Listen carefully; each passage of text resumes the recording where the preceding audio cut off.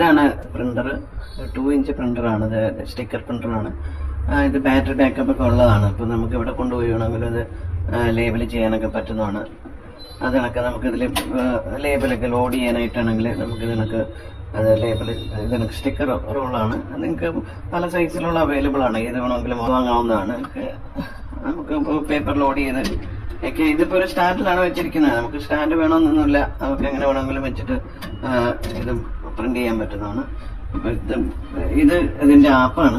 അപ്പോൾ ഇതിൽ കൂടെ തന്നെ ഇതിൻ്റെ സോഫ്റ്റ്വെയർ വരും. നമുക്കിത് കണക്ക് ഡിസൈൻ ഏത് ടൈപ്പ് വേണമെങ്കിലും നമുക്ക് ഡിസൈൻ ചെയ്യാനൊക്കെ പറ്റുന്നതാണ്.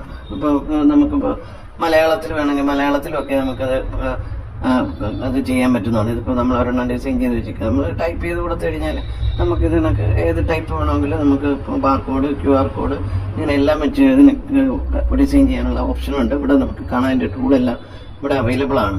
ടെക്സ്റ്റ് നമുക്ക് ഏത് വേണമെങ്കിലും ഇപ്പോൾ വേണമെങ്കിൽ നമുക്ക് ഒരു ടെക്സ്റ്റ് കൊടുക്കാനാണെങ്കിൽ ഇത് കണക്ക് വയ്ക്കുക. നമുക്ക് വേണമെന്ന് ഇതൊക്കെ ടൈപ്പ് ചെയ്ത് കൊടുക്കണം. ഇപ്പോൾ ഒരു ടെക്സ്റ്റ് എന്ന് പറഞ്ഞു കൊടുത്തു. അത് കണക്ക് ഇത് നമുക്ക് കൂട്ടാനും കുറയ്ക്കാനും ഫോണ്ട് കൂട്ടാൻ സൈസ് കൂട്ടി കൊടുക്കാം. അങ്ങനെയൊക്കെ നമുക്ക് ബോൾഡ് ചെയ്യാൻ അതിൻ്റെ സ്പേസിങ് കാര്യങ്ങളൊക്കെ നമുക്കിവിടെ അവൈലബിൾ ആണ്. ഇപ്പോൾ നമുക്കത് ബോൾഡ് ചെയ്യണമെങ്കിൽ ഇത് ബോൾഡ് ചെയ്ത് കൊടുക്കാം. ഇറ്റാലിക്ക് വേണമെങ്കിൽ ഇറ്റാലിക്ക്, അങ്ങനെ എല്ലാ ഓപ്ഷനും ഇതിൽ അവൈലബിൾ ആണ്.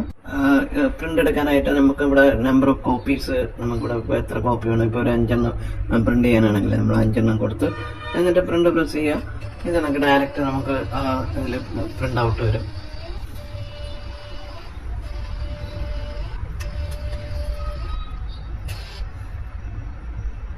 ഇത് എനിക്ക് പ്രിന്റ് വരും. ഇത് നമുക്ക് ഏത് ലാംഗ്വേജിൽ വേണമെങ്കിലും പ്രിന്റ് ചെയ്യാൻ പറ്റുന്നതാണ്. ഇത് OTG അഡാപ്റ്ററാണ്. ഇത് നമുക്ക് വയർലെസ് ബാർകോഡ് സ്കാനറാണ്.